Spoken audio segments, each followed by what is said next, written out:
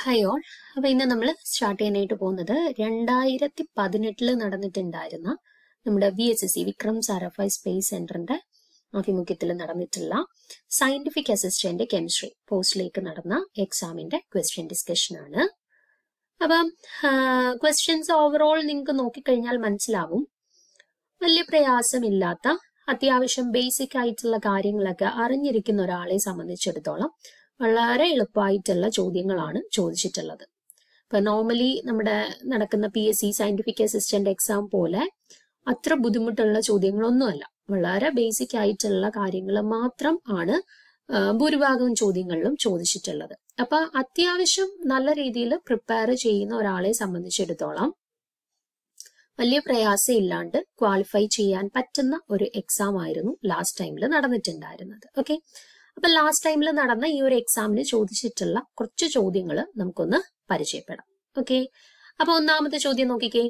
Emission of an alpha particle result in the formation of an element which lies. Okay, അപ്പൊ ഒരു nuclear reaction നടന്നു. Nuclear reaction നടന്ന സമയത്ത് ഒരു alpha പാർട്ടിക്കിളിനെ എമിറ്റ് ചെയ്തു. അങ്ങനെയെങ്കിൽ ഈ ആൽഫ പാർട്ടിക്കിളിന്റെ എമിഷൻ വഴി ഫോം ചെയ്യുന്ന പുതിയ എലമെന്റ് നമ്മുടെ പീരിയോഡിക് ടേബിളിൽ ഏത് പൊസിഷനിൽ ഒക്കുപ്പൈ ചെയ്യും എന്നാണ് ചോദ്യം. ഓക്കെ, അതായത് ഒറിജിനൽ എലമെന്റിൽ നിന്നും 1 പ്ലേസ് റൈറ്റിലായിട്ടാണോ, 2 പ്ലേസ് റൈറ്റിലായിട്ടാണോ, 1 പ്ലേസ് ലെഫ്റ്റിലായിട്ടാണോ, 2 പ്ലേസ് ലെഫ്റ്റിലായിട്ടാണോ ഈ ന്യൂ എലമെന്റ് ഒക്കുപ്പൈ ചെയ്യുന്നത് എന്നാണ് ചോദിച്ചിട്ടുള്ളത്. ഓക്കെ, അപ്പൊ നമുക്ക് ആൽഫ പാർട്ടിക്കിളിന്റെ റെപ്രസെന്റേഷൻ നമുക്കറിയാം അല്ലെ. നിങ്ങൾ ആൽഫയുടെയും ബീറ്റയുടെയും റെപ്രസെന്റേഷൻ കൃത്യമായിട്ട് നോക്കിയിരിക്കുക.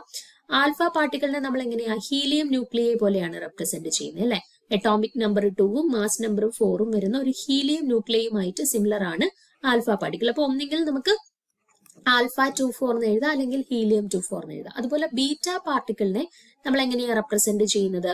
-1 വെച്ചിട്ടാണ് റെപ്രസെന്റ് ചെയ്യുന്നത് അല്ലെ. അതായത് അവരുടെ ചാർജ് -1ഉം മാസ് 0യും വരുന്ന രീതിയിലാണ് നമ്മൾ ബീറ്റ പാർട്ടിക്കിൾസിനെ റെപ്രസെന്റ് ചെയ്യുന്നത്. ഓക്കെ, അപ്പൊ ഇവരുടെ റെപ്രസെന്റേഷൻ അറിയാമെന്നുണ്ടെങ്കിൽ ഇങ്ങനെയുള്ള ചോദ്യങ്ങൾ നമുക്ക് വളരെ ഈസി ആയിട്ട് ചെയ്യാൻ പറ്റും അല്ലെ.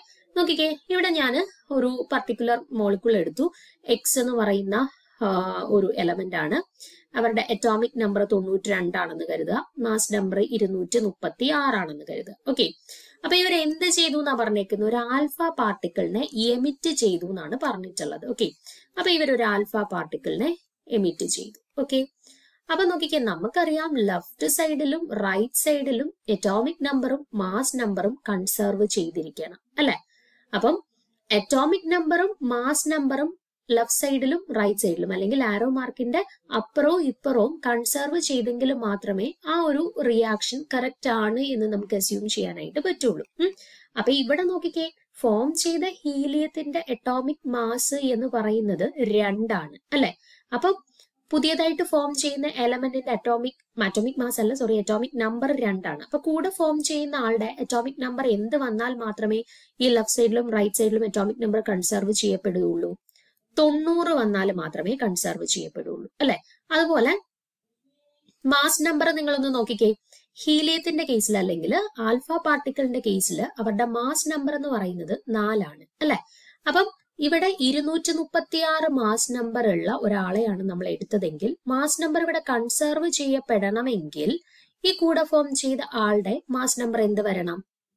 232 വരണം അല്ലെ. എങ്കിൽ മാത്രമല്ല 232 + 4 236 വരികയുള്ളൂ.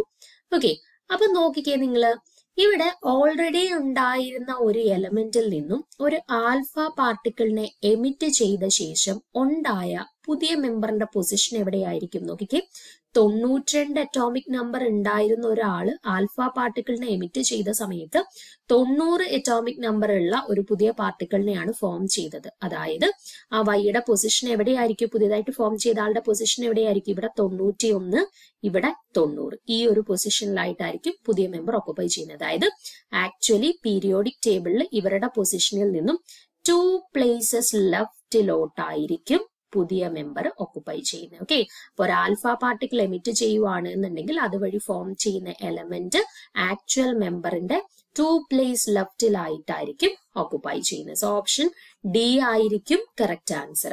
ഇനി നിങ്ങൾ നോക്കിക്കേ, ഇവിടെ നമ്മളോട് ഒരു ബീറ്റ പാർട്ടിക്കിളിന്റെ എമിഷൻ ആയിരുന്നു ചോദിച്ചിരുന്നതെങ്കിൽ എന്ത് സംഭവിച്ചേനെ നോക്കിക്കേ.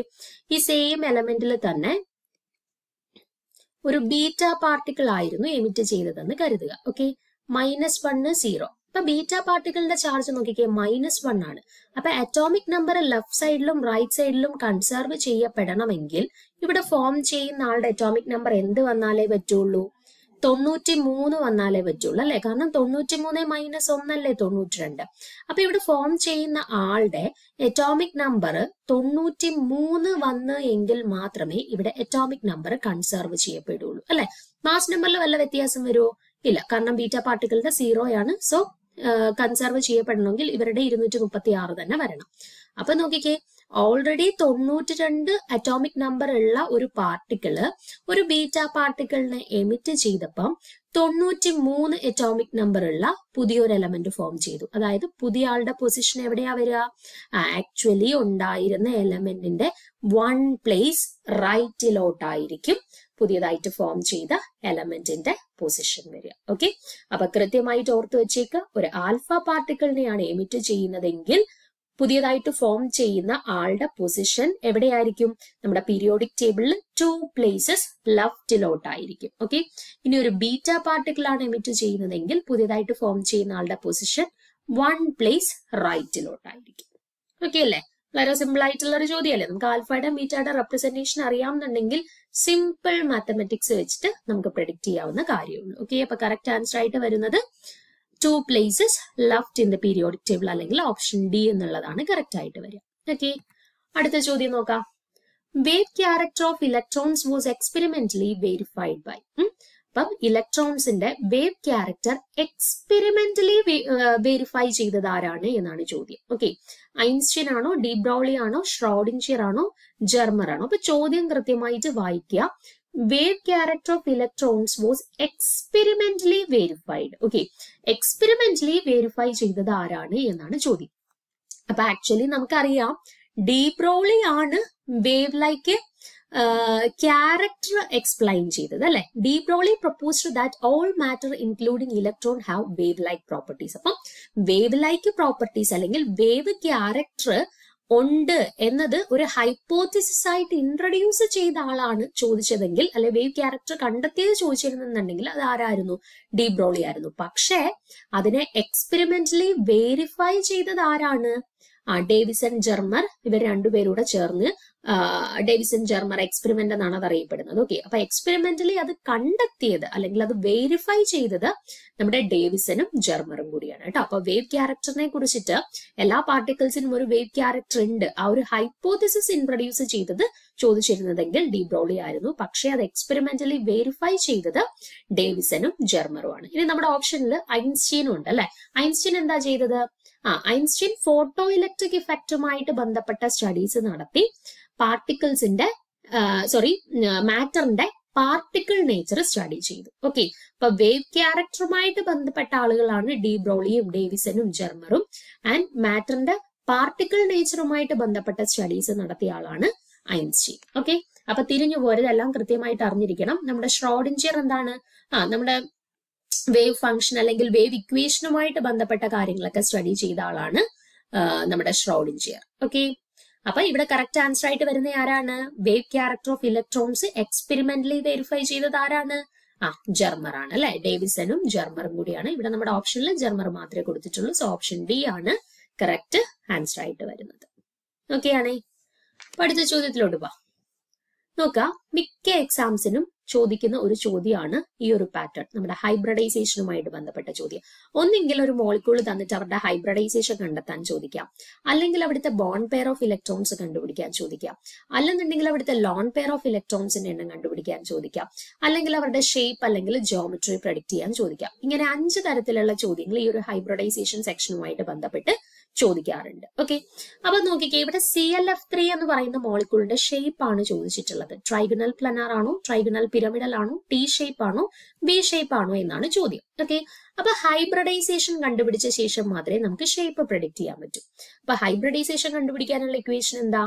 Half into number of വാലൻസ് electrons plus number of monovalent atoms minus cationic charge plus anionic charge. അതായത് എങ്ങനെയാണ് കണ്ടുപിടിക്കുക ഹൈബ്രിഡൈസേഷൻ? ഹാഫ് ഇൻറ്റു എന്ത് വേണം?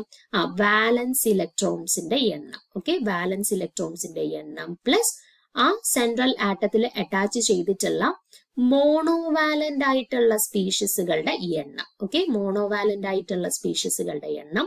ദെൻ കാറ്റയോൺസ് ഉണ്ട് എന്നുണ്ടെങ്കിൽ ആ കാറ്റയോൺസിന്റെ ചാർജിനെ മൈനസ് ചെയ്യണം. ദെൻ ആനിയോൺസ് ഉണ്ട് എന്നുണ്ടെങ്കിൽ ആ ആനിയോൺസിന്റെ ചാർജിനെ ആഡ് ചെയ്യണം. ഓക്കെ, അങ്ങനെയാണ് നമുക്ക് ഹൈബ്രിഡൈസേഷൻ കിട്ടുക. ഡൗട്ട് ഉണ്ടെന്നുണ്ടെങ്കിൽ നമുക്ക് ഈ എക്സാമ്പിൾ വെച്ചിട്ടൊന്ന് നോക്കാം. ഇവിടെ half into വാലൻസ് electron, central atom ആരാ? ക്ലോറിൻ. ആ ക്ലോറിന്റെ വാലൻസ് ഇലക്ട്രോൺസിനെയാണ് എഴുതേണ്ടത്.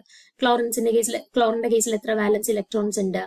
7. ഓക്കെ, ദെൻ ആ ക്ലോറിനെ സറൗണ്ട് ചെയ്ത് എത്ര മോണോവാലന്റ് സ്പീഷീസ് ഉണ്ട്? എത്രയുണ്ട്? 3 ഫ്ലൂറിൻ ഉണ്ട്. ഫ്ലൂറിൻ മോണോവാലന്റ് ആണല്ലോ, സോ +3. ഇനി ഇവിടെ മൈനസ് എന്നോ പ്ലസ് എന്നോ ചാർജ് വല്ലതും ഉണ്ടോ സ്പീഷീസിൽ? ഇല്ല. സോ ആ ടേമിന് പകരം നമുക്ക് എന്ത് കൊടുക്കാം? 0 എന്ന് കൊടുക്കാം. ഓക്കെ, സോ ആൻസർ എന്ത് വരും? 7 + 3/2 which is equal to 10/2 or 5 എന്ന് വന്നു. ഓക്കെ, ഇനി നമുക്ക് ഈ കിട്ടുന്ന നമ്പർ വെച്ചിട്ടാണ് ഹൈബ്രിഡൈസേഷൻ പ്രഡിക്റ്റ് ചെയ്യുക. അതായത് കിട്ടുന്ന നമ്പർ 2 ആണെങ്കിൽ ഹൈബ്രിഡൈസേഷൻ sp, കിട്ടുന്ന നമ്പർ 3 ആണെന്നുണ്ടെങ്കിൽ ഹൈബ്രിഡൈസേഷൻ sp2, കിട്ടുന്ന നമ്പർ 4 ആണെന്നുണ്ടെങ്കിൽ ഹൈബ്രിഡൈസേഷൻ sp3, കിട്ടുന്ന നമ്പർ 5 ആണെന്നുണ്ടെങ്കിൽ sp3d ആയിരിക്കും ഹൈബ്രിഡൈസേഷൻ, അല്ലെങ്കിൽ dsp3 ആയിരിക്കും. ആൻഡ് കിട്ടുന്ന നമ്പർ 6 ആണെന്നുണ്ടെങ്കിൽ sp3d2 അല്ലെങ്കിൽ d2sp3 ഹൈബ്രിഡൈസേഷൻ ആയിരിക്കും. അപ്പൊ ഇവിടെ നോക്കിക്കേ 5 ആണ് കിട്ടിയത്. 5 ആണെന്നുണ്ടെങ്കിൽ ഹൈബ്രിഡൈസേഷൻ എന്താണ്? sp3d ഹൈബ്രിഡൈസേഷൻ ആണ്. ഓക്കെ, അപ്പം sp3 ഹൈബ്രിഡൈസേഷൻ ആണ് എന്നുണ്ടെങ്കിൽ യൂഷ്വലി വരുന്ന ഷേപ്പ് എന്താണ്? ട്രൈഗണൽ ബൈ പിരമിഡൽ അല്ലേ? അതായത് നമ്മളിപ്പം വരയ്ക്കുകയാണെന്നുണ്ടെങ്കിൽ ഇത് എക്സ് എന്ന് പറയുന്ന ഒരു സെൻട്രൽ ആറ്റം ആണ് എന്നുണ്ടെങ്കിൽ ഈ രീതിയിൽ വരും sp3d ഹൈബ്രിഡൈസേഷൻ ഉള്ളവരുടെ ജിയോമെട്രി. പക്ഷെ ഇവിടെ നോക്കിക്കേ നിങ്ങൾ, നമുക്ക് ClF3യുടെ കേസിൽ ഇവിടെ ഹൈബ്രിഡൈസേഷൻ കണ്ടുപിടിച്ച സമയത്ത് കിട്ടിയ നമ്പർ 5 ആണ്. പക്ഷെ ഈ ക്ലോറിനെ അറ്റാച്ച് ചെയ്തിട്ട് എത്ര ഫ്ലൂറിൻ മാത്രമേ ഉള്ളൂ? 3 ഫ്ലൂറിൻ മാത്രമേ ഉള്ളൂ. അതിന്റെ അർത്ഥം എന്താ? ഇവിടെ എത്ര ബോണ്ട് പെയേഴ്സ് മാത്രമേ ഉള്ളൂ? 3 ബോണ്ട് പെയേഴ്സ് മാത്രമേ ഉള്ളൂ. അപ്പൊ ഈ 5-നകത്തുനിന്ന് 3 ബോണ്ട് പെയേഴ്സ് മാറിക്കഴിഞ്ഞാൽ ബാക്കിയുള്ള 2 എന്തായിരിക്കും? ഇവിടുത്തെ ലോൺ പെയേഴ്സ് ആയിരിക്കും. ഓക്കെ, അപ്പൊ നമുക്ക് കിട്ടി ClF3 എന്ന് പറയുന്ന മോളിക്യൂളില് ടോട്ടലി നമുക്ക് കിട്ടിയ ഇക്വേഷൻ വെച്ചിട്ട് 5 എന്നുള്ള നമ്പർ ആണ് കിട്ടിയത്. പക്ഷെ ഇവിടെ ക്ലോറിനെ സറൗണ്ട് ചെയ്തിട്ട് 3 ആറ്റംസ് മാത്രമേ ഉള്ളൂ അല്ലെ? അപ്പൊ 3 ആറ്റംസ് മാത്രം ആയതുകൊണ്ട് 3 ആയിരിക്കും അവിടുത്തെ ബോണ്ട് പെയേഴ്സിന്റെ എണ്ണം എന്ന് നമുക്കറിയാം. അപ്പൊ ലോൺ പെയേഴ്സിന്റെ എണ്ണം കണ്ടുപിടിക്കാൻ എന്ത് ചെയ്താൽ മതി? ടോട്ടൽ 5-ൽ നിന്നും ആ 3 ബോണ്ട് പെയേഴ്സിനെ കുറച്ചാൽ മതി. അപ്പൊ 2 ലോൺ പെയേഴ്സ് എന്ന് കിട്ടി. അപ്പൊ നോക്കിക്കേ, ഇവിടെ 2 ലോൺ പെയേഴ്സ് ഉണ്ട്. ആ ലോൺ പെയേഴ്സ് ഏത് പൊസിഷനിലായിരിക്കും ഓക്കുപൈ ചെയ്യുന്നത്? ഒരാൾ ഇവിടെയും ഒരാൾ ഇവിടെയും. ഓക്കെ, അപ്പൊ ഈ 2 പൊസിഷൻ, ഈ 2 ലോൺ പെയേഴ്സ് ഓക്കുപൈ ചെയ്ത് കഴിഞ്ഞാൽ ബാക്കി ഇവരുടെ ഷേപ്പ് എന്താ വരിക? ലോൺ പെയേഴ്സിനെ കൺസിഡർ ചെയ്യരുത്. ഷേപ്പ് ചോദിക്കുമ്പോൾ ബോണ്ട് പെയേഴ്സിനെ മാത്രം കൺസിഡർ ചെയ്യും. എന്താ ഷേപ്പ് വന്നിട്ടുള്ളത്? ഇങ്ങനെയല്ലേ വന്നിട്ടുള്ളത്? എന്താ? T ഷേപ്പ് ആണ് വന്നിട്ടുള്ളത് അല്ലെ? അതായത് ClF3യുടെ ഷേപ്പ് വരുന്നത് എങ്ങനെയായിരിക്കും?